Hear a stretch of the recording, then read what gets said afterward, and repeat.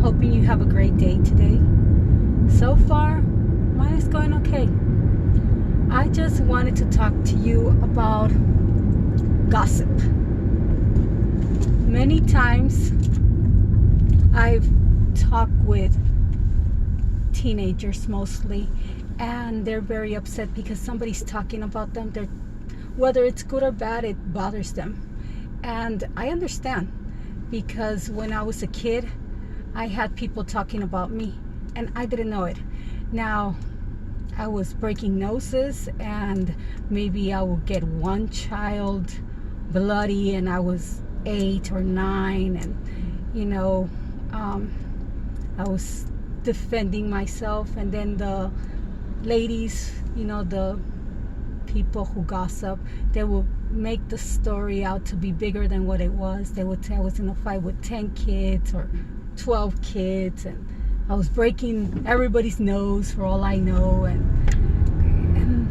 you know what? A lot of stuff went on. And at the end of the day, it didn't harm me. When I was 14 and recruited, they were trying to recruit me into the gang. The girls couldn't because they were a little too afraid and intimidated by all the stories they had heard. All those obscene stories brought them fear and made them tremble. So they didn't want to face the same thing. They heard that I tried to kill a kid. I slashed them, and it was true. It got out of hand a little. The stories people made up in their mind were much better than I deserved.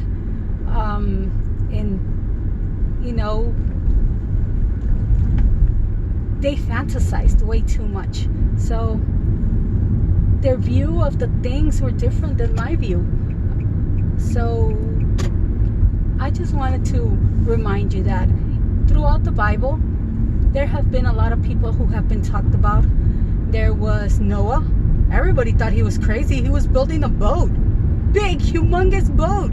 Like 5 stories tall or something like that. And the elephants had to live in there. Lions and tigers, enough space, And everybody's like, yeah, right, there's going to be a what? A flood? Rain? What in the world is rain? Nobody had ever seen rain before. So they all talked about Noah. Moses. Oh my God, I can just imagine.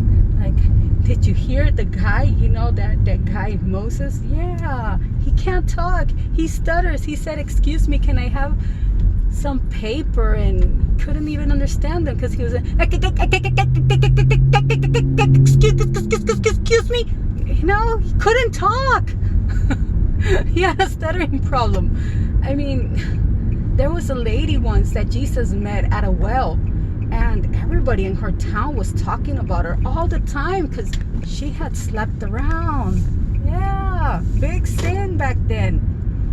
Depends where you live. It's big sin now too. But everybody would talk bad about her because she was living with a man that wasn't even her husband, and this was the 5th guy she had lived with. And Jesus came to her and didn't talk bad about her. He said, she asked him, would you like some water? And he told her he had water that will fill you on the inside, that would overflow. This was not the Samaritan, was it? It was a woman. I think it was from Samaria. But there is a part in the Bible, if you read Genesis 12, I think it's Genesis 12:3, and God told Abraham to leave the town where he was at. In those days, if you left your father's land,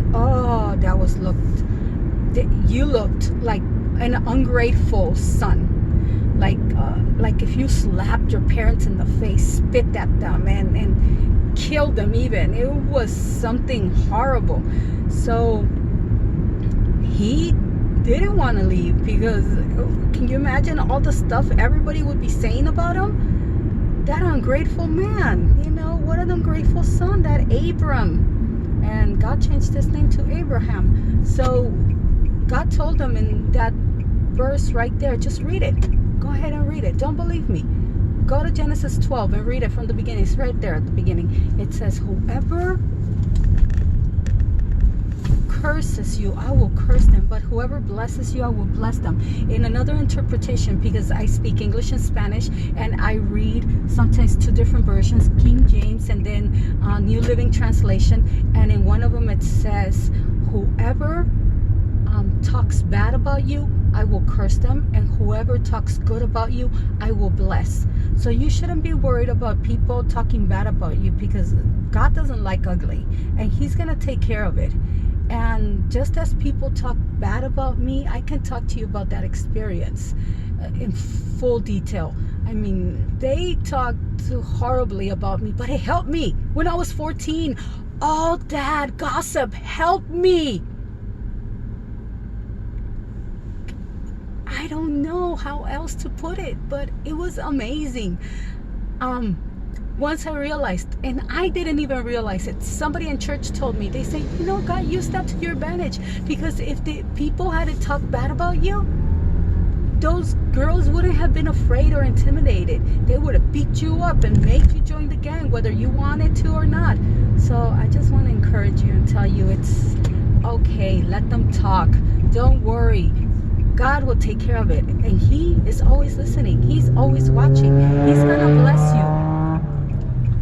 And He's not going to bless them. And I prefer to have a blessing than not to have a blessing. God is good and awesome. He's amazing. Just give Him all your troubles. He loves you. He can't wait to hear about you. He can't wait to talk to you. He is working in your favor. He is working in your behalf every single day, at every single moment, in every single issue. Okay? So, just want to let you know that I love you.